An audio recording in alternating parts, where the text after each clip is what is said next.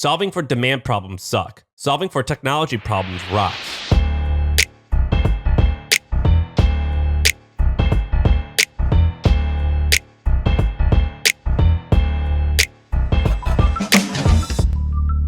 So we have two things going on. The first is we had a contest. I have a new intro philosophy. Have you ever watched a Peloton class? Yeah. They always do this thing. I don't even do Peloton, but I've seen 2 or 3. So I'm going to say always. It's always like, all right, everybody. They like come in like they were just having the best inside joke with somebody. They're like, oh, okay, we're going to start. What's up, everybody? Jamal here. And we are going to rock. It's like they always start with this laughter to make you feel like we were having such a good time. You're in a good place right now. Okay, well. Everyone, we've got all right, so here's the deal. We've got two things happening. The first is last month we did a contest where people reviewed us and we gave out $1,000. Or did we give $5,000, Ben? $6,000 to 6 different people. Yep. Oh wow. So 6 people won. Okay, so 6 people won $1,000. We even gave it to like 2 or 3 people who gave us negative reviews. We're gonna, if you're watching on YouTube, you can click the link and you're going to go to the end of this episode and that's where you'll see who the names are. And you have to contact Ben if you're that person. Is that right, Ben? By the way, the people commenting on YouTube get a bigger prize, which is that me and you go and we reply to everybody who comments on the YouTube channel. Personally, particularly if they talk shit. Yeah, especially if they talk shit. But I like the people. There's really 2 that I like. There's the great, when they say great episode, I don't know what the hell to say back. So I just say like, yeah, thanks. But if they talk shit or if they reference some inside joke or call us out on one of our like mannerisms or something we always say that's stupid or whatever, those are great. It makes me uncomfortable when that happens. I get self-conscious.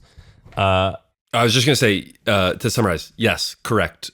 We announced them at the end of a different episode. We announced the winners. So we're going to link to that clip in the show notes of this episode. So click there, listen, see if you were one of the winners. If so, email me and I will get you your $1,000.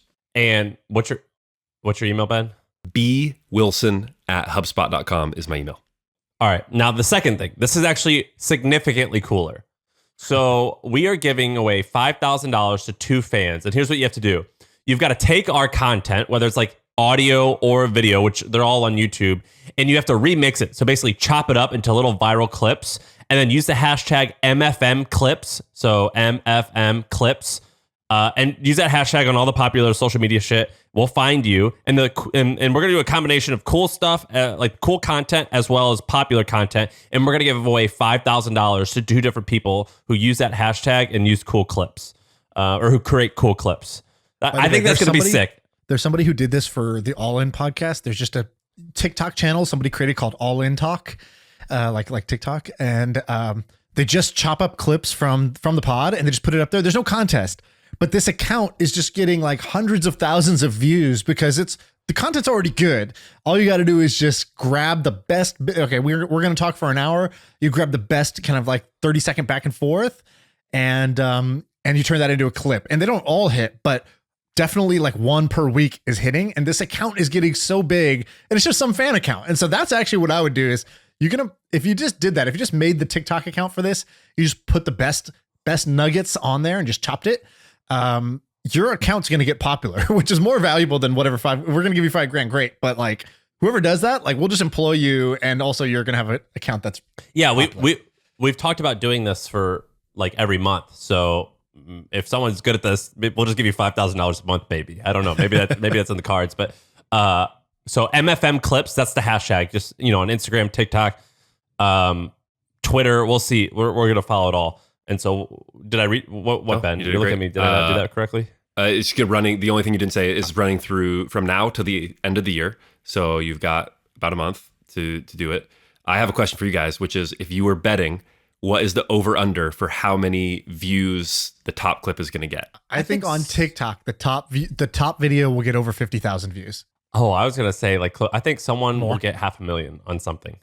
The right thing will go viral. If you just take something from the Rob Dyrdek podcast, or you take something from the Gary Vee podcast, the Ty Lopez podcast, there's a whole bunch of those. Andrew Wilkinson, there's a whole bunch of those that are good, or just one of our rants or something funny that we did, back and forth where we're yelling at each other. Those will hit. Yeah, I agree. All right, that's that. Shaan, I got a bunch of stuff. You want to talk about? You listen to the Noah Kagan pod? I listened to it. Yeah. So I listened to it in the car. It's great because I normally never listen to this pod because I was there. We talked about it. You know, it's awkward to listen back to your own voice, but this was different. I got to basically hear an episode of MFM, but just with somebody else on the other side. And what did you think of it first before I give you my? I didn't think it was that good. I thought it was good, but here's what I thought. I thought the flow was awkward. Yeah. And I don't know if that's just how the podcast sounds when we're on it too, but there was something very start-stoppy about it that was kind of like awkward to listen to. But the topics were great. Like I liked the stuff you guys talked about. The content was great because it hit the thing that I always want, which is I feel like these were just two cool people who I would be friends with hanging out. And I just got to hang with them. It didn't feel like a show. So like you would just be like, do you have a will? And he's like, yeah, I got, like I have one, but I don't have kids. So I put it in my brother's kid's name. You're like, that's so weird, right? Like, it's not even your kid. And he's like, yeah, it's weird. But like, and you were just talking about shit that like, just shit that, I don't know, just dudes would talk about that's like, oh, what are you doing with your money? Yeah. Is that good? Yeah, it's good. But blah, blah, blah. It wasn't like it didn't feel like every other podcast. So I like that.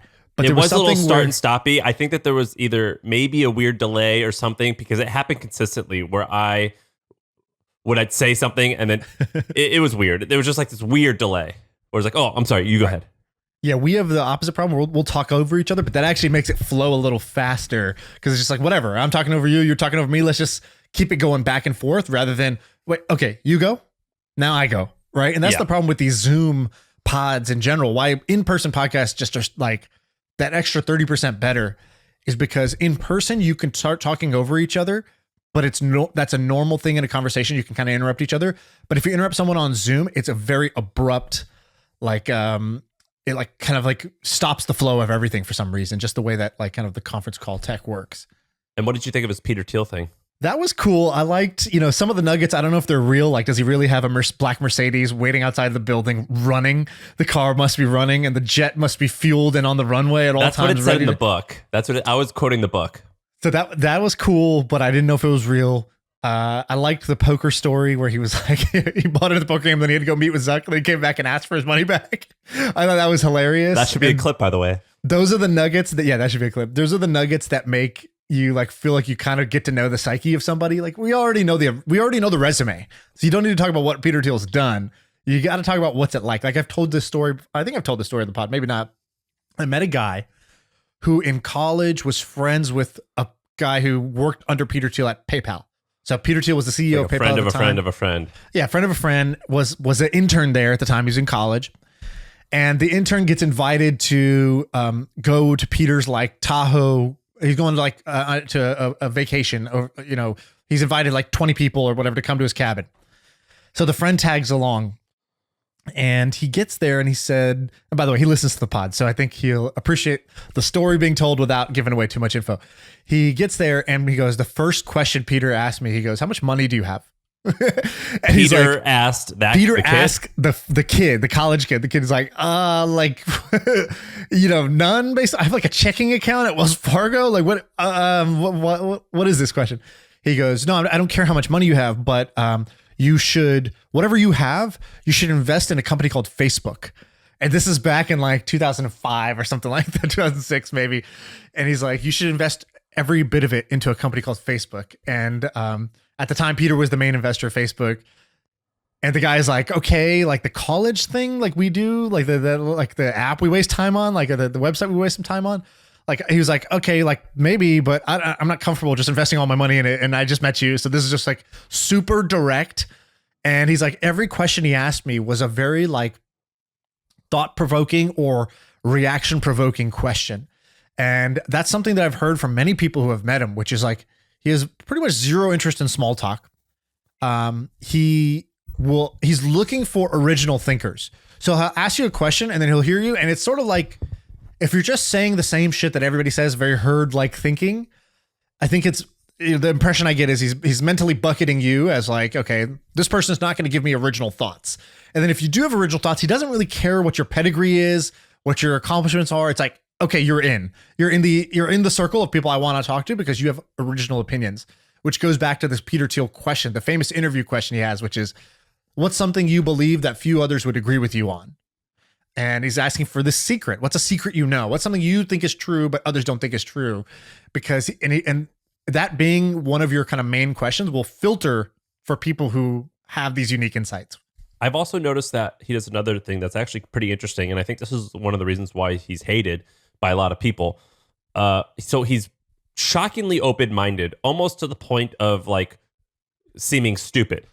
And like, for example, when he supported Trump, people were like, "What are you doing? Like, that's the worst thing." Right. And I like heard his explanation, and I actually don't remember what it was, but the feeling that I had was like, that's logical, but like I don't like Trump and my emotions feel this way, so I just can't go along with it. But he was very logical, and he does this thing where he says, if someone says like, do you think drinking 8 glasses of water is good for you? He would say like, well, a lot of people think that it is great for you because the doctors and research have proven that X, Y, and Z. On the other hand, hydration plays a role in health. Right? Yes, but on the other hand, it's actually overrated, and you should consider doing this. And a lot of people think that that's true. And so he actually says both sides of like when he answers a question, he goes, well, a lot of people believe this, and then other people believe this, and then some people believe that. And it's kind of intriguing. So I heard you say that on the pod, and in my head, I was doing the thing listeners do where they're like, oh, I have something I would add to this conversation. So I'm glad you brought it up,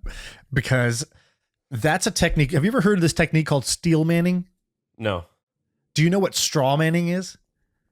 Yeah, it's an example like well,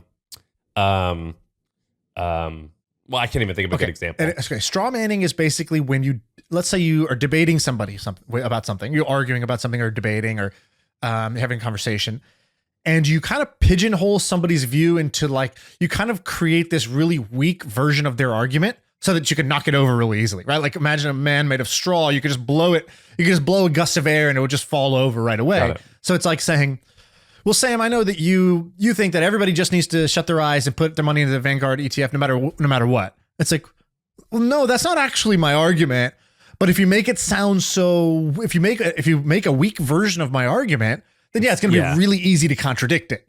And that's what most people do. So that's the common person habit is when there's something you disagree with, you sort of, to present their side, you present the straw man, which is the absolute weakest version of that argument. So you can knock it over and put your view in place.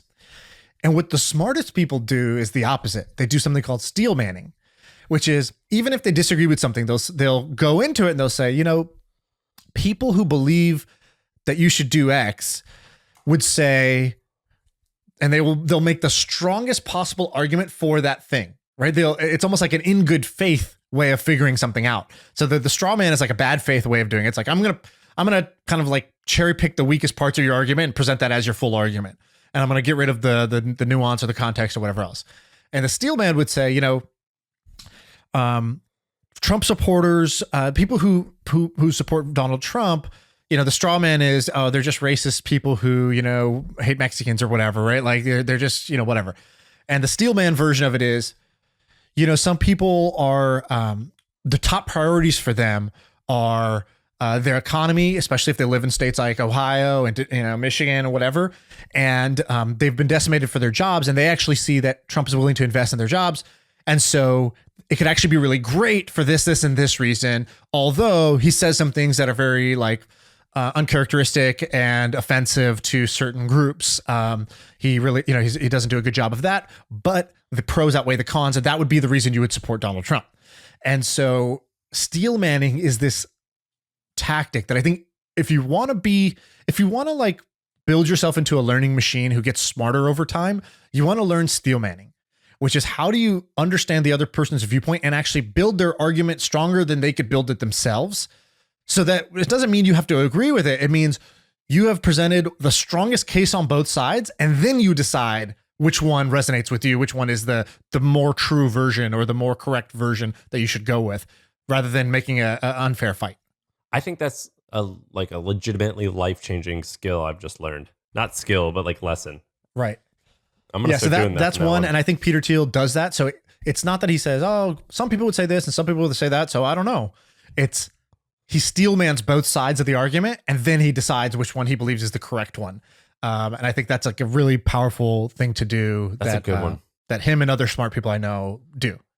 That's great. I'm gonna start doing that. I didn't know what that was, and I don't actually know too much about logic and arguments and things like that. I don't understand it entirely, or I haven't studied it. Let me give you one other thing I've been observing, which is people who grow up and in high school do speech and debate, or in college do speech and debate. I'm just noticing that is a common thing among successful people I know. And there's really I would say 3 or 4 really common success paths that I like. If I look at a whole bunch of successful people that I've met and I trace back down, I'm like, okay, here's 4 paths that wow, they all this cluster of people all had that same experience growing up. That's weird. This group had this, so I'll give you a couple of them. One is speech and debate. This is sort of best done with either entrepreneurs, investors, or salespeople. So they're able to just really effectively tell their argument. Actually, when I did the episode with Hassan Minhaj, the comedian, I was like, you're like me, you're like Indian kid growing up. Stand-up comedian's not usually like a career choice. So when did you figure out you wanted to do that? He's like, I went to a Chris Rock show, or I saw a Chris Rock stand-up. He's like, as soon as I saw it, he's like, I was a speech and debate kid in high school, and I just saw this as humorous speech and debate. I was like, oh, he has a stance that he has to take, which is women love buying things, right? And then and then all it is supporting arguments that ladder up to re-support that argument at the end. But the supporting arguments don't have to be super literal. They can be humorous. I've said it on this podcast. I think that my speech and debate class in college was the only effective class I ever took. You were one too? I didn't even know that. You were a speech and debate kid too? Oh my God, that makes perfect sense. And I remember all the ones that I gave, and the really good part is when they make you argue about stuff that you don't actually like. Right. Yeah, totally. Because that's the thing in debate. You don't get to choose the thing you already believe in. You're assigned. It's you're going to argue for this thing, whether you actually believe it or not. So you have to get good at steel manning that argument, basically. Okay, speech and debate is one I've traced. Another one is hardcore gamers. So people who get really freaking good at video games, I'm talking about competitive or complete obsession. If channeled properly, that same type of person can use those same kind of strategy, cooperation, grinding mindset, ability to understand the rules of the game, and then find the shortcuts, find the hacks in the game, find the glitches of the game to get in, the infinite money hack, basically. So I know a whole bunch of people that got super successful in crypto. They all came from this RuneScape mafia. It's basically a bunch of dudes who used to go in this game called RuneScape, and they were trading in the arena. Basically, they were buy, sell. They'd go farm and get some virtual goods, and they would go flip them. And they were basically digital flippers. And guess what? That same group of people is really fucking good at crypto and was early on it, figured it out early. They were good at poker. They're that same skill set applies to a whole bunch of things that can be successful. So hardcore gaming is another one. There's an obsession and a strategy component to it that I think plays well later. And these are ironic because that's one thing your parents, if they saw you doing, they'd be like, what a waste of time. Why are you wasting your time playing video games? Go learn something useful. When in actuality, the skills you build gaming are so applicable later. I think that there was a time recently where I forget exactly what it was, but someone was trying to solve not a math problem, but some type of code where you had to sequence DNA, something. I forget get exactly what it was, where you had to do a series of incredibly hard problems in order to solve something very important, and no one could figure it out. And then this medical board put it out for gamers and turned it into a game, and they solved it in a month or something like that. No way. Yeah, that's amazing. We both invested in Synthesis School, which is basically teaching kids through games. It's a riff off of when Elon Musk was at SpaceX. He designed a school for his own kids to go to, and they called it Ad Astra, which is to the stars.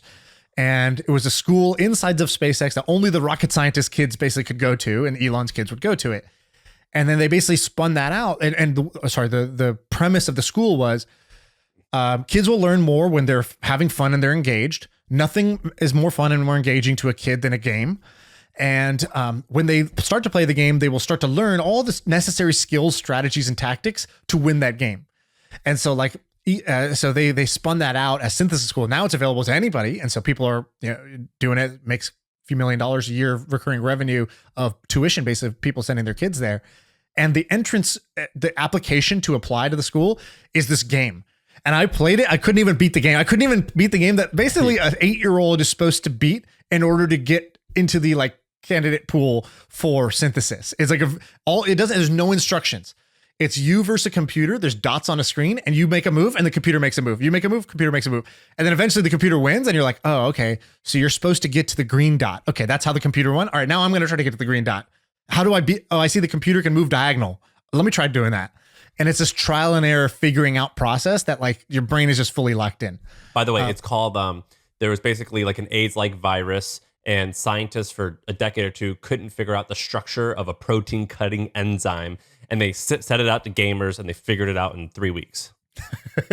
Yeah, all of the world's problems, like, peace in the Middle East, all it requires is a video game. If we want to pull it off, just give it to the gamers.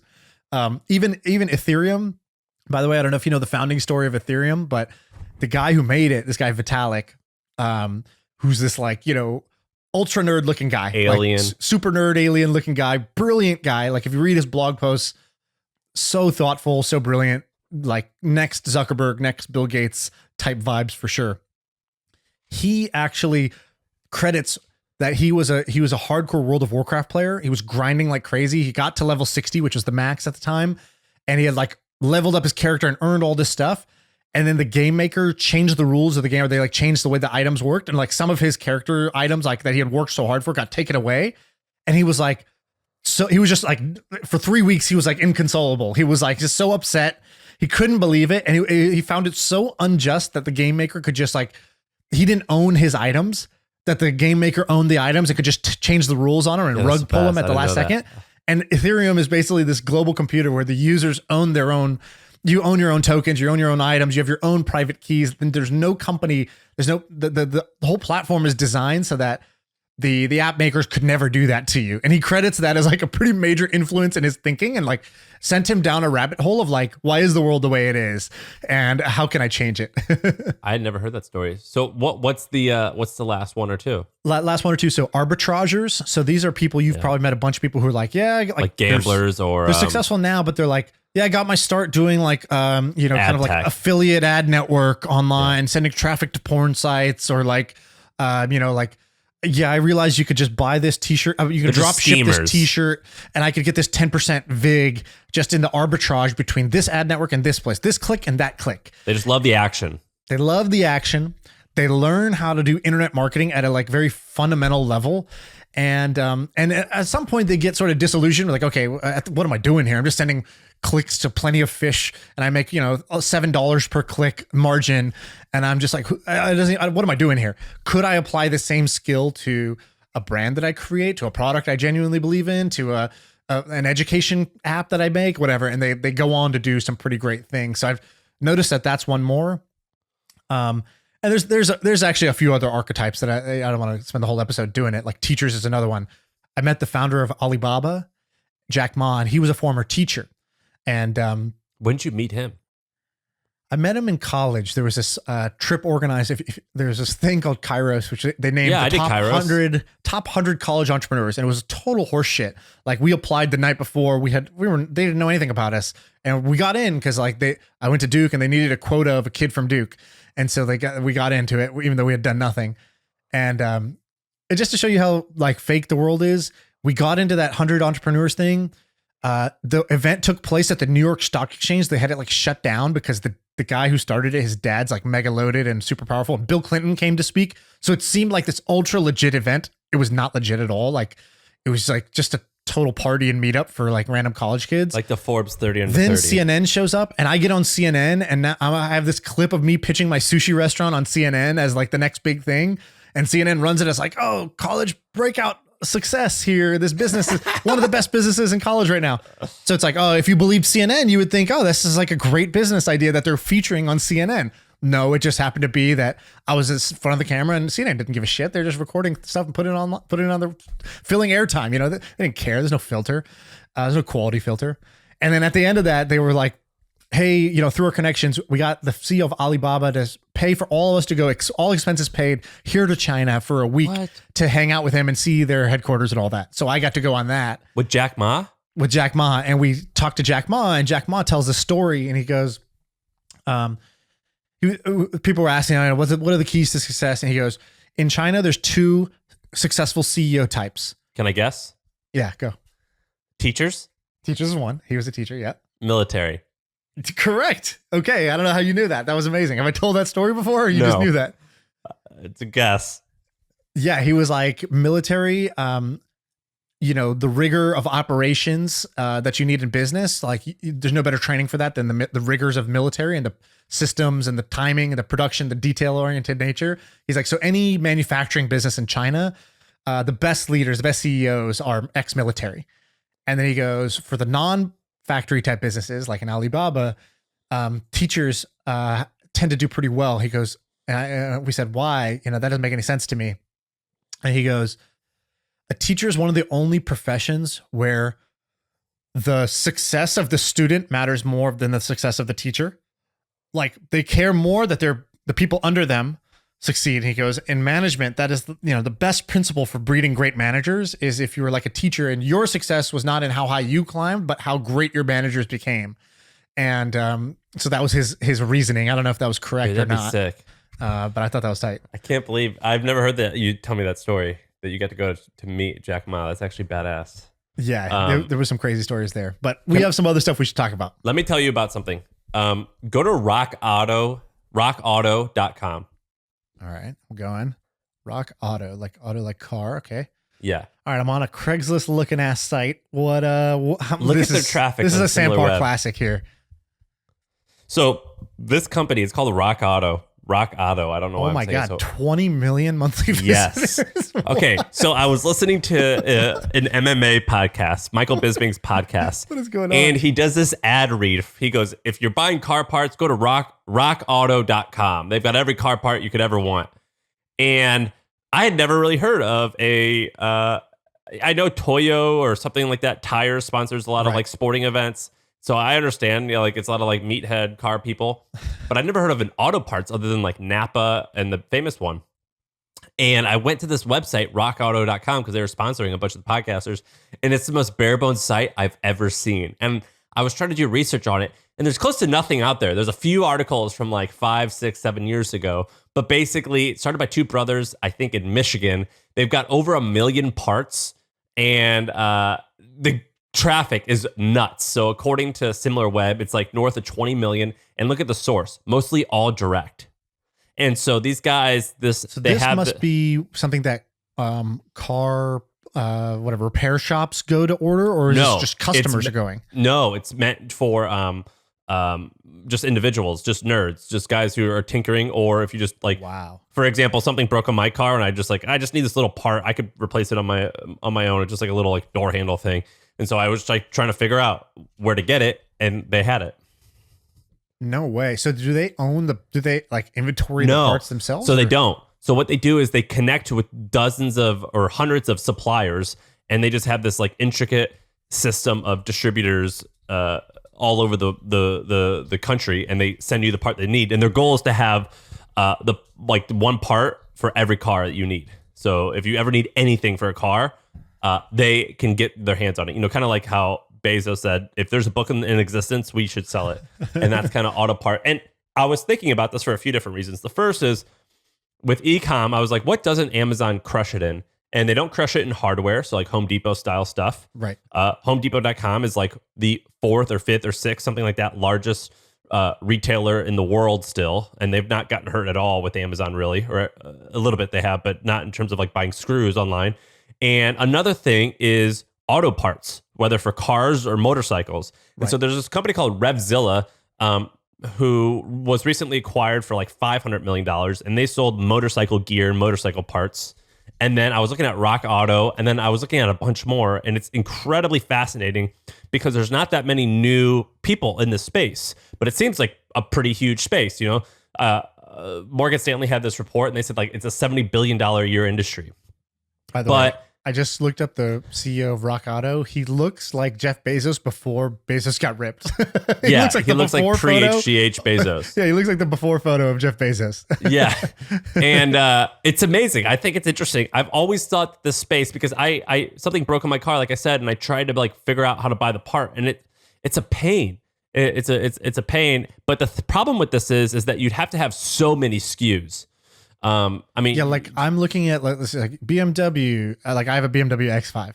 BMW X5, or not even that. If you just go to BMW, it's like you can look at a car from 1939. It's like, okay, here's the models, here's the makes in 1939, and then you could find a part for the cooling system of the 1939 BMW, blah blah blah. Like it's that's amazing, insane. right? It's so hard. It's a really hard problem to solve for. But what's interesting is I don't think this is a demand problem, which is cool. Solving for demand problems suck. Solving for technology problems rocks. If you could figure out how to build a mousetrap, that's far better than figuring out like, are mice even going to go into this thing? Right. You know what I mean? And Totally. so that's why you want to be supply constrained, not demand constrained when you do something. And it's just incredibly interesting to me. And I think in order to get popular on this, you just would crush SEO. And that's how you'd have to do it. And I think that you could do it by sponsoring a lot of YouTubers and things like that. And it's just an interesting business that I don't think has taken off or an interesting industry. I know Amazon's thought about going into that space, but it's what do you pretty think fascinating. this business is worth? I bet you Rock Auto. I was looking online trying to like triangulate some of their stuff, and I found some old interviews. But if I would think they have to do at least 100 million in sales, and I don't think other than the recent podcast stuff. If I bet you they don't spend any money on marketing other than like sponsoring like maybe like some car shows. Wow, unbelievable. That's crazy, right? That's a good find. Great find. Got to give you props on that one. That's go really to good their one. similar web and if you look at where their traffic is coming from, virtually 100%, practically all of it is coming from search and direct. So people typing in rockauto.com. Amazing. What else you got? What's this hotel thing you got? Okay. I'm going to start a hotel. I don't know if I'm going to do it today. I'm definitely not going to do it today, but I'm going to do it soon. And let me explain what I'm going to do. Okay. So I went and met with some like Olympians the other day. This guy who is this Olympian DM'd me. He's a runner. He heard that I liked running, and he asked if I wanted to get dinner. I went and got dinner with him and like 8 of his athletes. So he like was an Olympian and then now has an agency, and he has like 41 track and field athletes.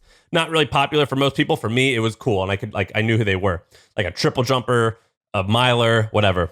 And I was talking to them about money, and they don't make anything. Like some of them like have little Airbnbs on the side, or they bought a car to put on Toro. Right. And one of them is an American record holder in her event. Another one won a gold medal. And so anyway, I was interested in that because I was like, man, if I wanted to like pay you to be my coach, I bet you I could get you to do that. Like, you can't be that expensive. And I started thinking that, have you heard of UFC, how they have this thing called the Performance Institute? Yeah. They built these like kind of state-of-the-art UFC gyms where the athletes can go train.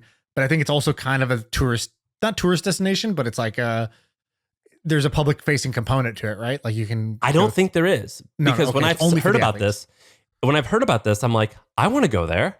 I want to work out there. Do they have a hotel? I would love to stay there.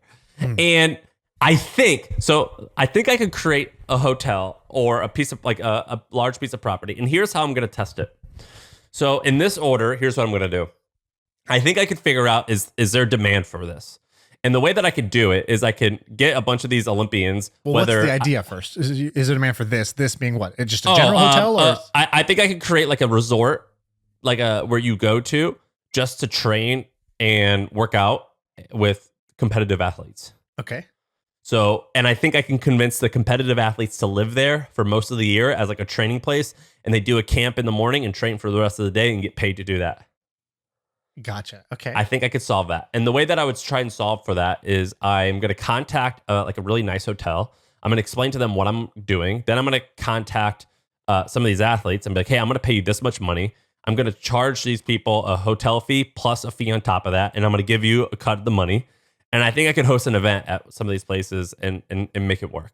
So my brother-in-law, who's been on the pod before, brother Aaron, for the OG listeners that remember him, he loves jiu-jitsu and he loves any combat sports. He loves training boxing. He loves training Muay Thai. He loves training jiu-jitsu. And he wanted to create this thing. So he's created this thing called Bali Fight Club. And what he's doing is almost exactly what you're talking about. So he's like, all right, I need to create like an MMA style vacation.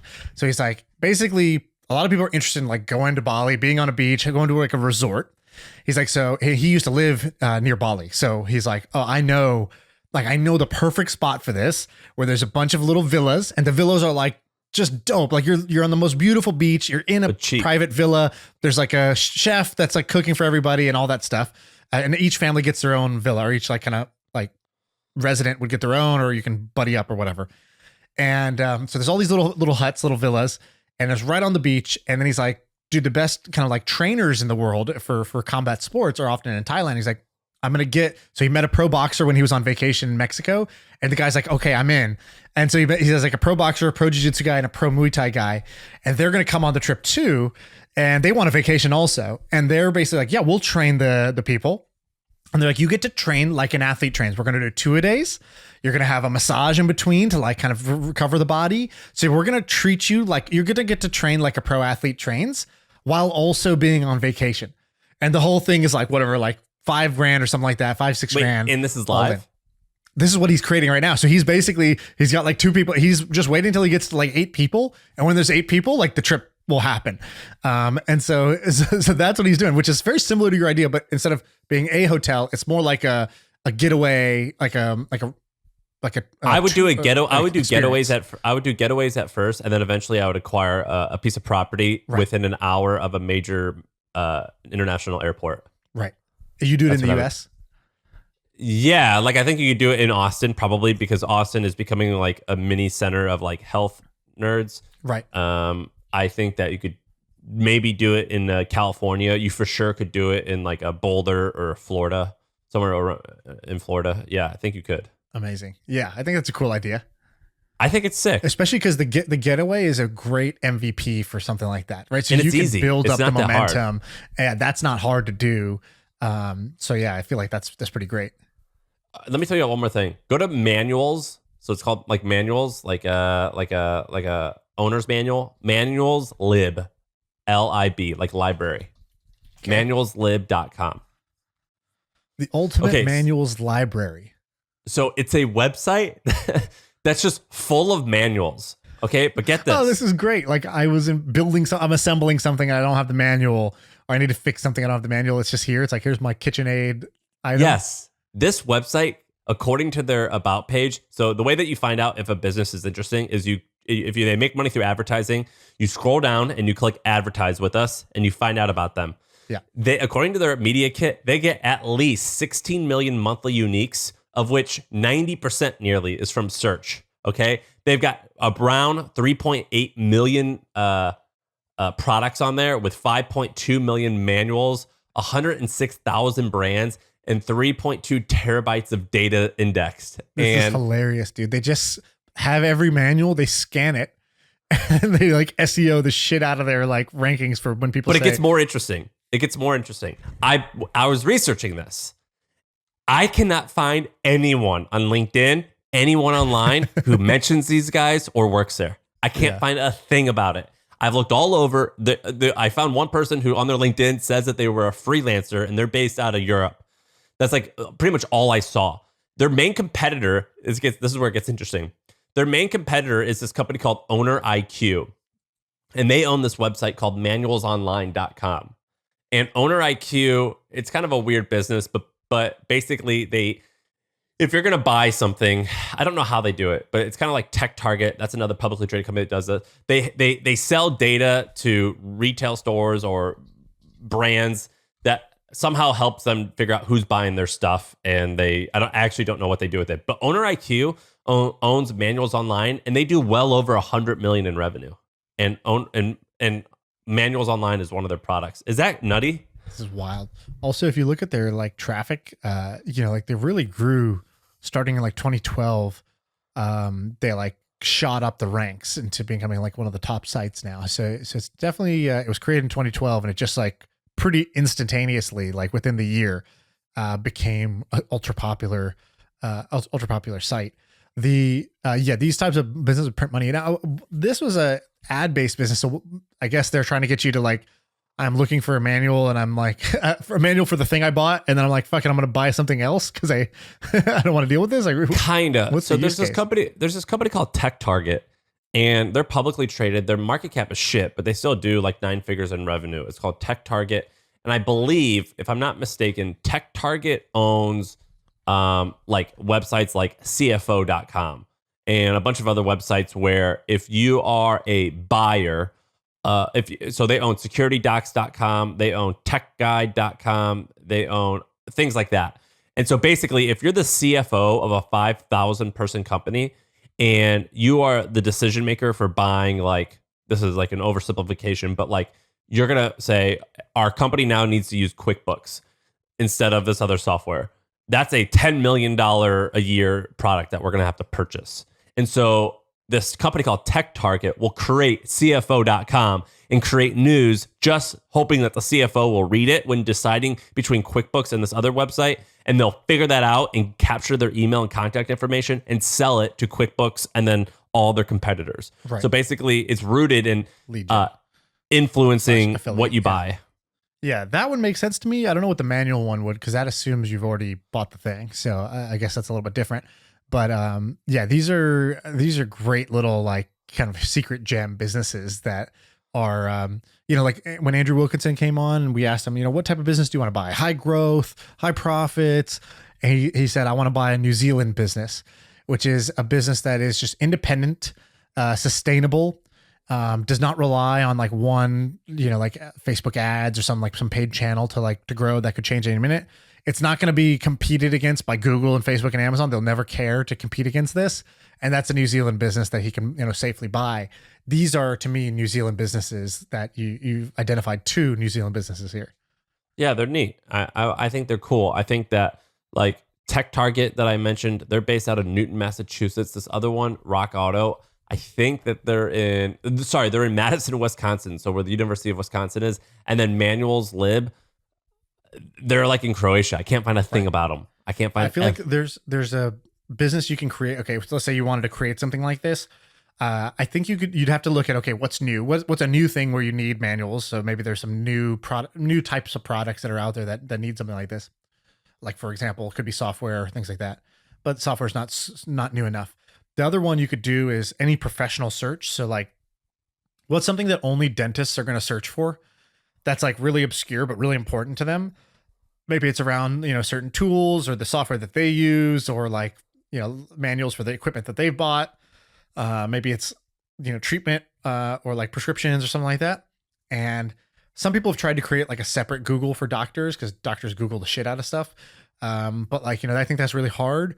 The other way, the easier way, but less valuable, is you figure out how to rank at the top for everything that a doctor would search for. And you just become the definitive authority in some profession, whether it's car mechanics or dentists or doctors or insurance agents or whatever, real estate agents, something that they have a lot of searches for. That's not like already, nobody's created the definitive central repository of information for it. That's a perfect segue for what I'm about to say now. Listen to this. Speaking of dentists, it's not even a segue. I'm adding to it. And I was reading this article about the top creators on YouTube this year. Number 3 for the most popular creator of YouTube Shorts is called Dental Digest. And it's a kid who makes, here's the description of his thing: satisfying dental reviews, dental education, and dental lifestyle content. This kid's got 6.1 million subscribers on YouTube only doing dentist stuff. Is that ridiculous? Wow. I'm looking at one of his right now. So, and I think it says, what did he say? Like, we are, I'm a 3rd year dental student. His about is 3rd year dental student wants to help you discover your best smile. It's satisfying dental reviews, dental education, and dental lifestyle content. How crazy is that? He's represented by Night Media, which is the guy Reed who we had on, who he came on the podcast, and he represents Mr. Beast also. Amazing, right? The designer toothbrush from France, 8 million views. Dude, number 6 on this list is also a dentist. Dude, what's going on? It must be that dental content is just interesting for non-dentists. That's the only explanation for this. Because, like, how many dentists are there? They're not even 8 million dentists. I don't know, but this guy, the Dental Digest guy, I don't think he's doing like popping videos where you like watch someone pull a tooth. I No. think he's like He's reviewing products. reviewing. Yeah, he's doing stuff that is not like. Anyway, it's kind of interesting. Wow. So I don't know where we go with this, but That was so kinda- weird. I just watched a video. It was so weird. It's weird, right? The world's funny. I'm sure. There's so much opportunity out there. We've just identified dentists, manuals, auto part. We've talked about so much stuff just in That's a crazy. short amount of time. What do you want to do? Let's wrap it up. I have some other ideas, but let's save those for the next pod. Let's wrap it up with one other topic. Which one do you want to do? You tell me. You pick. Do I don't care. Let's do okay, I'm not really ready to talk about this. Okay, I'll talk about this. Okay, so here's actually I kind of want to hear you talk about this. Let's do this work week / creator economy thing. We never really got to talk about that. So I saw that Adam Ryan, I think is his name. He used to be president of the Hustle, something like that. Like he was I led our sales team. He Yeah, worked he's for like- me leading sales. So he worked for you. He was kind of like your number 2 guy, basically, at the Hustle for a period of time. And he had left. He went and did a couple things. I don't know exactly. He was like Like an a EIR. Zoom competitor or something like recourse or recount. I don't remember. Yeah. So he did some education thing. I don't know what happened. I guess he left that or it didn't work out or something like that. So he came out with a new company recently. And it's called Workweek. And so like describe, give people like this simple description of what it is. And then I want to hear your opinion on it. I don't entirely understand. What's the URL? Workweek.co or .com? I think it's .com. I think they got a nice domain there, workweek.com. Workweek.com. And so it looks like, so it says workweek.com. It says, what's their, they Okay, have a so tagline. I'll read about it. It says a new kind of media company. So he's creating a media company. It says you want to follow people, not institutions. So I think what he's doing is there's a bunch of creators that have their own niche. So like maybe this dentist guy would have been a fit. So it's like some guy named Jared Dashevsky who's doing the healthcare huddle, which would be like, I don't know, was it like a Substack or something like that? It was like a It's newsletter, a Substack a podcast, for a course. healthcare. Yeah, and it's all about healthcare. So he's covering the vertical of healthcare. There's Nicole who's covering the vertical of fintech. There's this guy Matthew who's covering the vertical of cannabis. And I think they were already creating content. So they were already content creators. He kind of like is scouting them and saying, okay, they have a good newsletter, let's say. And he's like kind of like bringing them all under one umbrella. I think he gets the rights to their content and in exchange for distribution and money is kind of my guess. The website's very nice. I like the design of the website very much. But this idea is kind of interesting to me. And you're my go-to on the media side. And I know you like Adam, and you're not gonna say this is a terrible idea or you're not just gonna say it's a great idea if you don't believe it. So I want to know, what is your honest opinion of this idea? Because you know media better than anyone. A few things. The way that it's positioned now, it looks like it's just an ad agency, which Right. in itself isn't like horrible. Like we represent these creators. Yes. Right. I think the hard part here is that the creators that they represent are nobodies. Like maybe they'll be somebody's one day, Right. but at the moment, this cannabis health, Yeah, I've never heard of any of these people. the cannabis thing, it looks like the guy DM'd me one time. He had like 2,000 subscribers. Like the healthcare guy has 500 followers on Twitter, so not a huge following. Yeah. And so I think the problem, I mean, it's not really a problem. You're just building an ad agency, I think. But in Workweek's case, it's kind of a challenge because you don't have any ad inventory to sell. Yeah, you do. So that I think it's going to be really hard. I think it's going to be a very hard business. I would never raise money for this. I think it could be a really cool business that potentially like makes money. But from a creator's point of view, I have a few perspectives. First of all, I don't love the language, a new kind of media company. It's anyone who positions themselves like that. Like, That's basically a big mistake, which is positioning yourself only to other media people. yeah. And like they don't care. They're not your customer anyways, right? Like that's not who you want. I guess this is the landing page for a creator. It's just jargon, Yeah, is what it's it just is. But whatever. That's a mistake that's easily fixed. From a creator's point of view, I think a few things. One, I think this whole creator economy thing is incredibly overhyped. I think that the vast majority of people who are going to be able to make a living from this is Okay, is small. Let's do the Steel Manning thing. So when you say creator economy is overhyped, that means something different to everybody because everybody has their own perspective of like, is my opinion overhyped? Well, how do I know? So tell me, what are people saying about the creator economy that you think is incorrect? So people are saying that the creator economy is this like new economy. Everything's new. That now anyone with a voice can make a living. And that's Yes. I know I'm straw manning. You straw manned it. You gave them a loser voice while you said their argument, which is hilarious. So they say that anyone, okay, I'm going to try and actually do it the right way. A lot of people think that like the creator economy, it means that a variety of different people, more than ever before, can create stuff that is seen by people and they can make a living. Right. That is true in that there are more than ever before. But the ratio of people that are going to succeed is still really small. And I think it should be small. Only the best should survive. And the best likely don't necessarily need you. Or at least they wouldn't be silly enough to sell you their IP or their content. You know, no one would be crazy enough to do that. You know, that it's the whole reason why Call Her Daddy bailed and started their own thing. And so it's kind of like a paradox in that the ones that you can acquire, you don't want to acquire. Right. And the ones that you want, you cannot acquire because they're too savvy. Right.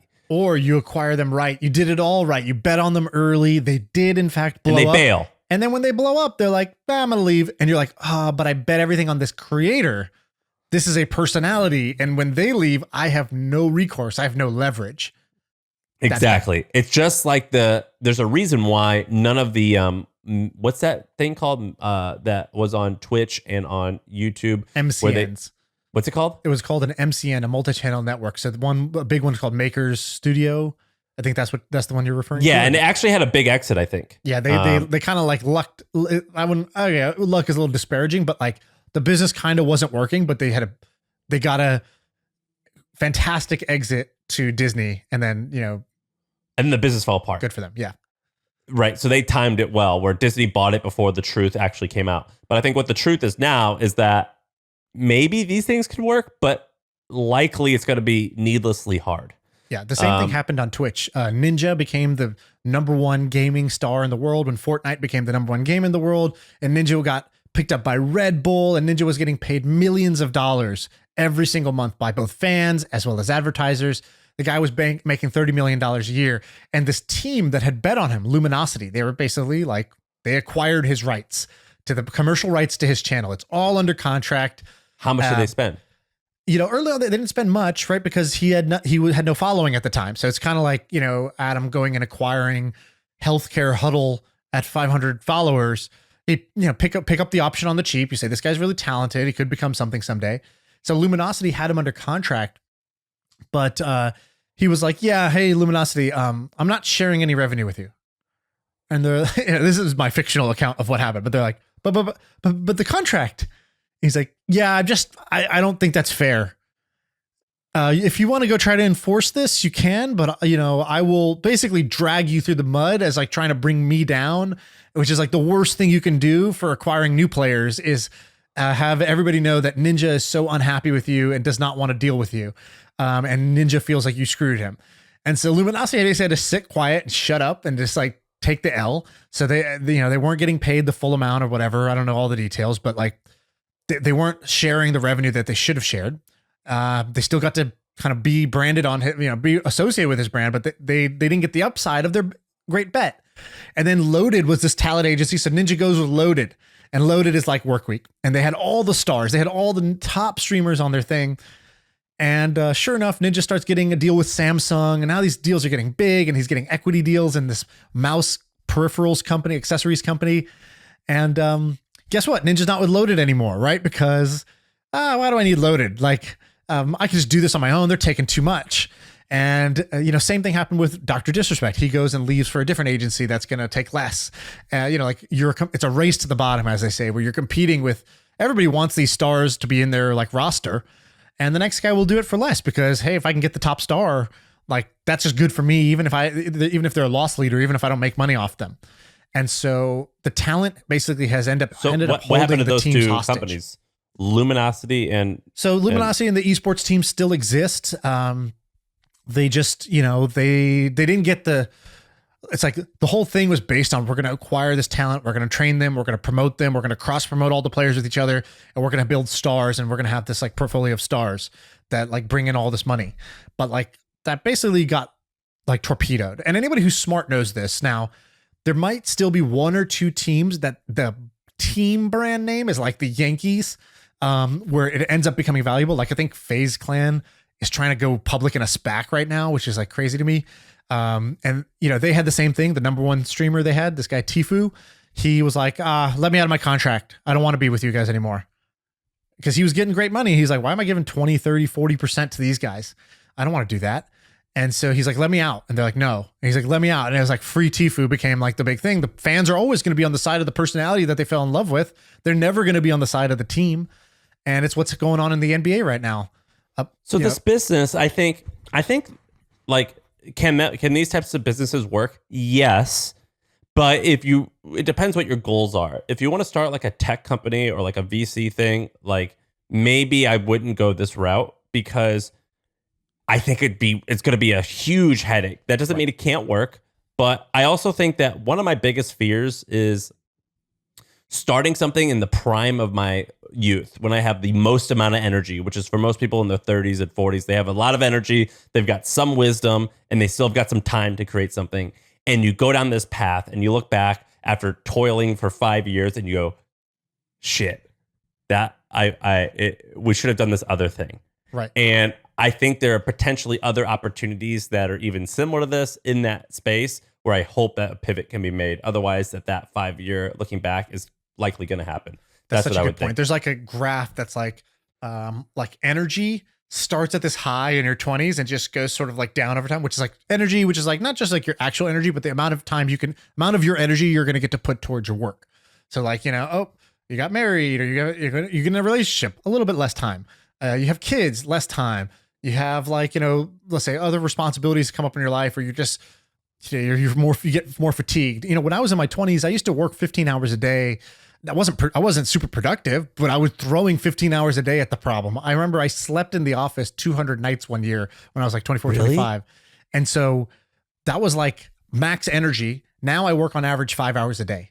And so energy goes down, but then wisdom goes up, judgment goes up, skill goes up. And so in your 30s, the lines like cross. It's like the highest energy you're going to have while you have some good wisdom and judgment. And then in your 40s, your wisdom and judgment goes up, but your energy goes down and it's like, you know, not the peak anymore. That's at least my opinion of it. Yeah. And my point with that is we are in this crazy world at the moment where if you want to work in the creator space, there's a few routes that people go. A lot of people are creating like little pieces of software that they hope to sell for $5, $10, $15 a month. Right. Like two creators. Yeah. Yeah, we're two creators, and I'm like, I wouldn't do that. I think that those businesses 9 out of 10 times are going to fail. 99% of the time they're going to fail. You know, you look at the difference between a Buffer, which is like a $5 Twitter sharing tool. It did good, or it's doing. I mean, it did well, but it like plateaued. Versus like a HubSpot or a Hootsuite that like scaled way beyond that because they sold the same thing. But this tool we're using right now, Riverside, we use this thing to record this.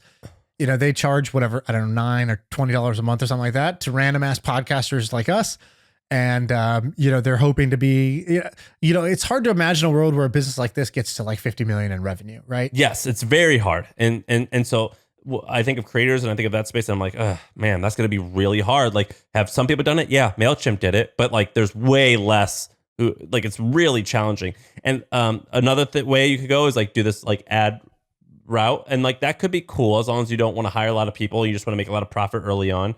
But if I was in this, I would totally look at the markets, and the markets are like all about this DAO shit. If you like use the word DAO and Web3 in your memo or your deck, like you're going to raise money, right? Like it's pretty crazy. So I'm just like, just go. It's far easier to chase the market or just get in the mix than it is to maybe do what you like strictly are passionate about. This brings me to one thought that's been rolling in my head, and I didn't want to bring it up because it's like, what does this have to do with anything? But you actually kind of tied it in nicely, which is there's a certain luck with your time, with the timing of free agency. So I thought about this with basketball because this funny thing happened in basketball where every year the like salary cap changes. It goes up or down based on how much revenue is being made, and then like every 7 years they like renegotiate the overall deal between players and owners. And so like there was a time in the like kind of late 90s or whatever, where players they could just get these huge, like $200 something million contracts, 7 year, 8 year. There was no like limit to the number of years. And then owners got wise to that. In the next negotiation, they're like, hey, like this guy used to be good in year 1 of the contract. By year 8, he was totally washed up and I'm still paying him $50 million. So like, let's make the maximum length of the contract 5 years. And the player's like, okay. So like basically whenever you become a free agent, which as a player is your time to go negotiate your deal, like it really mattered. Like Magic Johnson back in the day, I think he signed a deal where he had a 20-year deal where he made $1 million flat per year. What? And like, it was like at the time, it was the fattest contract because he was Magic Johnson. But like Just what too Magic early. Johnson made was nothing. He was making $1 million a year. A scrub today in the NBA will make more than $1 million a year. So just the timing of like That's barely Magic, over the minimum. What's Yeah, the minimum? Half a the million? minimum's like, yeah, like something like that, like 500, 600,000. And so, you know, Magic Johnson, just by being in the 80s, which wasn't that long ago, like missed out on hundreds of millions of dollars, probably $1 billion total. Like a star like that with off-court endorsements would end up making $1 billion over their career. So, you know, that's just like luck of timing. Okay, well, there's also a luck of timing in when it comes to business, not just in like, oh, you got to time the market. Like, oh, you know, let's say the market's going good and my company got acquired because everybody felt all the acquirers were flush with cash versus a recession. Not even that. What I'm actually talking about is like, as an entrepreneur, the time, like the random time when you free up, like you quit your job or your company gets acquired or like whatever that thing was, there's so much luck involved in like what's going on in that moment. Totally. Like, we have a friend, Sully, who came on. He was episode 1 of the podcast. And he says this story, which is like, you know, I was at Microsoft. I quit my job. I went home just to my family's house in Florida. And I was just kind of like, okay, well, what the hell am I going to do now? And so he didn't have a grand plan, but he had his, what the hell am I going to do now moment at the same exact day that Facebook launched its app platform. So he's like, I was doing nothing. Facebook launched this app platform. So I was like, okay, I'm going to build a Facebook app now. Whereas if he was just still employed or had a different idea 6 months earlier and he would have been in the middle of that, he would have never built that app, which have never led to him come to Silicon Valley, getting acquired and getting his first $1 million. And then that turned into so much more. And like, it's not to say all of his success was luck. Obviously he did a lot of good things, but there is some luck of just when you're free and like what's going on in the market, like where are the waves happening? Like right now I'm doing all this stuff. Like I have this e-commerce company. If I didn't have this e-commerce company, I would have been all in on Web3. I would have been investing more, building more, maybe started a company in that space because I would have been free to do that at a time when that's the obvious fucking thing to do right now is go work on Web3, invest in Web3 and build in Web3. Or AI or whatever. There's like 2 or 3 things going on right now where it's like, that's definitely the thing to do. But if you're occupied, you can't do it. And so, yeah, and that's a little bit of my point, which is I think that if you create a restaurant that's really good and like Momofuku or Milk Bar, like Momofuku or like that cake, like it's not particularly like it's not really different. It maybe is slightly better, but like right. Whatever. He made it work and he became incredibly wealthy. That guy David Chang, and it's a cool gig. Whatever, it's awesome. That will work in the 1920s as well as in the 2020s. So you could pull shit off no matter what. There's some stuff that you can just make work. And if you just give it enough time, you'll make that work. But then there's other things where it's like, there's this tidal wave coming. And if you just catch the wave, even if you're shitty, it's going to be awesome. Right. I think Michael Acton Smith is his name, the guy who started Calm. He told me that. He was like, I felt like, he was like, I didn't know anything about meditation, but I was just able to talk to a couple people. And I felt like there's this huge wave coming. And if I could just paddle just a little bit and catch that wave, success is going to be incredibly easy. Right. And he told me that. And I was like, oh, that's so, you're right. Totally right. If you just catch the right thing at the right time, and it doesn't even have to be the right thing at the right time, but kind of around the right time and kind of the right thing. It happened with us at the Hustle newsletters. Our newsletters weren't this like tidal wave of a business. You know, our exit wasn't like a $20 billion, like, but it was like a nice, like, oh, it just so happened that we caught this little trend at the right-ish time. Well, I think most people would get some of the, like, so the one part of what you said, which is just like, oh, this market's ready to explode. Like the market is ready. So it's like market timing. I think everybody kind of gets market timing. That, oh, that's a thing. It's important, but it seems very external. It's like, oh, I can't control that. And it's like, you hope you get it. And sometimes you don't. You try to look out for it, but you never know. What I'm talking about is even the one thing you can control, which is your own personal availability timing. And so I think this has 2 things. One is like, you should recognize that if there's a like a wave going on and you're occupied with something that's not ideal, like get the fuck out of there because you just needed to be free right now. It doesn't even matter what you go do in that space. You don't even need the idea. You just need to be available.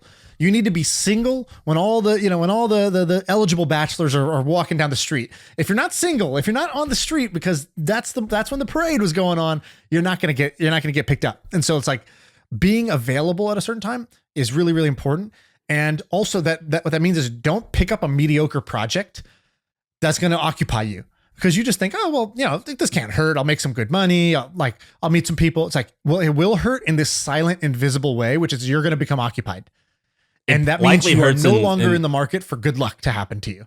And that lack of focus is more likely than not what ruins most everyone who tries to do anything interesting. I tweeted out this thing to get to do a little research. I kind of fucked up. I tweeted out, hey, what is the biggest problem in your work life right now? Like, I don't care if you're mega successful or if you're just like a McDonald's employee, whatever. It doesn't matter who you are. Everybody's got some career challenge that's on their plate right now. What's yours? And I said, DM me. And so I got a bunch of DMs. I forgot. How many did you get? What I should have said is, I'm not going to help everybody, because that wasn't my intent. I actually wanted to do research. I wanted to know what problems people had so I could make content that maybe speak, if I know anything about one of these problems, great, that I could put it out there if that's a common problem people have. And so why I got DM a bunch of DMs versus comment? Because some people I didn't think would be comfortable saying the issue, what they're struggling with. How many DMs publicly. did you get? I don't know, at least 100, I don't know, 100, 200, something like that. It was a lot. And one of the most common ones was either some variation of, I don't know what I want to do with my life, but I know this ain't it. Or I kind of know what I want to do, but I'm afraid to go do it. I'm doing this other thing right now. And the answer to both of them is sort of the same, which is whether you know what you want to do, if you don't know what to do. If you know this is not what you want to do, fail. The first step is make yourself single. Get out of the bad relationship, right? That is because it is taking up space in a way that your brain is not going to properly assess the cost of that, because you're going to just see the small benefits you're getting from it. What you're not going to see is that actually, nothing can fit in here because that's there. I don't care if you're at Microsoft or wherever. And so that was the number one and number two thing, but to me they're the same, which is I don't like what I'm doing now. Should I go do X, or what should I go do? It doesn't really matter. The answer to both is the same, which is you got to get out of X. If you really care, if you want this to get to that amazing level, if you're okay with it as is, fine, you're okay with it as is. But if you want more, and this ain't going to give you more, you got to get rid of it. And that's the only decision you need to make right now. You don't have to make the other decision yet. Yeah, I completely agree. I think that you just got to get a swing. I told this to one of my taking enough employees swings, right you'll get a hit. We have this guy who does for our e-commerce store. He's amazing. He's so good at website optimization. And he's like, hey, I want to talk to you. You told me I can use this card one time, which is hey, give me some advice. So I want to use it, which is I kind of want to go do I can't stop thinking about Web3. I'm super interested in it, but I don't know if I'm just following a hype train and what's going to happen if the price is going to crash and if it's all a bubble. And I don't know all these things. And I got a good thing going for me. And I ended up talking him, as I talked to him, I didn't talk him out of it. I just let him talk out loud to where it was blatantly obvious that he needs to throw away a good thing to maybe get an amazing thing. Which is me. I'm one of his clients. He's got a few clients. His business is doing gangbusters and he's very good at it, but he's sort of unstimulated by just e-commerce at this point. And he's super curious about this other thing. But it's how do I let this go? This brings in money and it's I'm good at it. And my brand is my identity's tied to this. And it's well, okay. I asked him, I'll read 2 bits of it, because in case this I don't know, helps people, which is I go, do you only talk with your employees via text messages or Slack? Well, I meant text format. Right. Yeah, I try to. I try not to do calls. I told him, how many employees do you have? He's like, can we do a call? And I was like, just type it here. Let's see if that works. Well, how many employees do you have? There's I don't know. There's probably 12 in my main ships of actually maybe 15 of between the fund and content and e-commerce, 15 people probably associated with it. But that's a combination of virtual assistants all the way to Ben, who's my right-hand man. I called the shit out of Ben, but I just typed to everybody else. So he basically was here's what I'm thinking, blah, blah, blah. I told him, I go, first question, how much runway do you have? If life costs you $4,000 a month to pay for it, just make sure you have enough savings. Otherwise, you can't really make this decision. If you don't have any money saved up. Do you have? Yeah, he was like, I have, like 6 months totally liquid, and I have another 6 to 12 months that like I could totally eat into without feeling bad. I think whenever I talk to people, I say 24 months. Yeah, I just think that's like safe. That's very safe. I think, you could do it. But that's like 100. We're talking like $100,000. Yeah, but people to save up. I mean, that's what that means is wait. And I think waiting is a very big cost to pay. So you got to be sure you're willing to pay the price of waiting. Okay. So then I said, all right, you presented me with 3 options, but really there's 2. You said, I can take on more clients and lose all my free time. No, do not do this. You can keep your current clients and have some free time. It's a pretty safe path. You could do that for 6 more months and then like collect more data if you're just not sure about something. If you don't have conviction. Or you could quit what you're doing, get rid of all your clients, including me, and go all in on it. It's the riskiest path, most radical. You should do this if you know what you want to do. And it really just comes down to that. Do you know what you want? If so, then go for it. Do not wait. Do not hedge your bets. I said, if you don't know what you want, then do path B, where you collect information, but be really specific about what you're trying to learn. Don't just wait for waiting's sake and just hope that you'll feel more ready later. Talk to yourself about what is it that you're actually trying to figure out, and then figure that out in the next 6 months. He's like, and he said some other stuff, blah, blah, blah. And I was like, by the end of it, I was like, you got to ask yourself these 3 questions. If I wasn't afraid of failing, which path would I pick? Because that's what you really want to do. Then I said, do you believe that if you put your mind to something, you're going to succeed at it? And I only asked him this because I could see he's a star. He's really good at what he does. So I know he is. The answer is yes. If he puts his mind to it, he'll get good at something. And then I said, so if you know that if you weren't afraid of failing, what would you do? If you put your mind to it, you could succeed. You believe that, correct? Yes. Okay, then what should you do? And he's like, well, then the answer is obvious. I should go do that thing. So I ended up talking one of my star guys off of my team, which kind of sucks. But so it happened? If it will soon. Who knows? People get cold feet, but like he knows what the answer should be now from his own. Like I just asked questions. They were leading questions, yes, but at the end of the day, they were questions, and the answers were very obvious to him. And it was like, so why would I not do this? It all just traced back to some version of like fear and anxiety. That's great. Which is very never eager who to see how that story you don't really ends. want fear and anxiety driving the car. They can be in the car. Yeah, they're a passenger, but like they're not allowed to hold the wheel. Can we wrap up with one quick thing? Yeah. You see, Tyrone Woodley is now fighting Jake Paul. Yeah, the other guy dropped out or something. Yeah. Oh, crazy, right? How do you feel about that? So let down. Yeah, let down as well. Yeah, Woodley's just the most boring fighter, so that just sucks. Ugh. So bored. I'm so bored by this. I wanted Tommy Fury to fight him. Dude, Jake Paul though, I'm gonna pay money to watch his stuff. Do you pay money to watch fights? Yeah, I pay when I feel like it's like somebody I really care about. I want, like if it's a McGregor fight, I'll pay. Yeah, and I'll pay because I don't want to hassle with like the bootleg stream like crapping out at the wrong time, and also I feel like I'm gonna get my money's worth. Whereas if it's just like if it's somebody I don't really care about, then I'll just watch clips or I'll stream it or whatever. Like I'll figure out another way, but I won't pay the 60, 70, 80 bucks for that. What website do you use to stream? Hey, what are we trying to do here? You trying to narc me? Allegedly. You a narc now?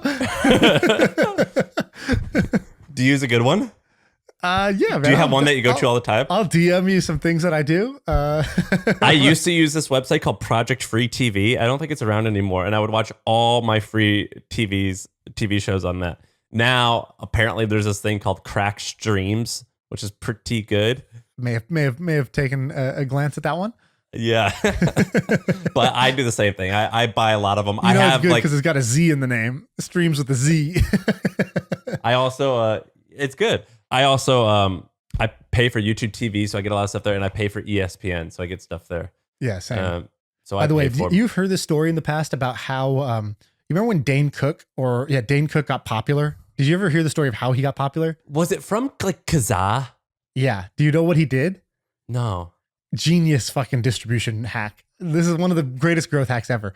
When Kazaa and LimeWire and all those different torrent type of downloading programs were out there, when people used to download music and all that. I can't believe that stuff existed. He created files that would say like Chris Rock stand up, or it'd be like, Dave Chappelle or Eddie Murphy best stand up. and it would be 4 minutes of Chris Rock and Eddie Murphy, and then the next 56 minutes would just transition to Dane Cook. And that's how he got famous? So Or people one were of the searching things? for those guys. They would download the thing thinking they're getting an hour special of that That's guy. great. It would start with that. It'd be like, and now Dane Cook. And he would just start with a joke. And like, sure enough, people would listen. And that's how he got like his distribution. That's how he got his name out there initially. Well, if you think back to it, like, of course, it didn't seem this way at the time, but the internet was so small that I remember, like, I would wait for something to get released, and I like knew off the titles, like, and how many seeders were on there. I knew I could get that one. Like, I knew all about it. Like, you knew about Kazaa and LimeWire. You knew which ones to download for which stuff. And now, looking back, I totally could have been. I totally could have manipulated it. Yeah, like I wouldn't have even thought of that. But maybe me today would have thought of that back then. But I don't know. Even when I heard that, I thought it was genius. It's so genius that I'm like skeptical it's true. But I've heard it a couple times now. I bet you that guy made so much money because he made money. If you were able to make money when CDs were $18, that was like the best time in music and comedy and that, because the CDs were like 50 or 80 cents or something. It was just a little piece of plastic. Right. That basically all went to zero. And now it's just only live shows. Back then you had live shows plus the CDs and stuff. And then he got into movies. I think he became like the most popular comedian in the world for like 2 years. Remember that movie he was in with Jessica Simpson? I love that movie. And Dak Shepard, Checkout or something like that. Yeah. Where he like runs like a Sam's Warehouse. I love that. I used to love Dane Cook. He's like Dave Matthews Band or Coldplay. You're like embarrassed to talk about it. Yeah, except for me. I'm like, what? This is good music. What's the problem? All right. That's the episode.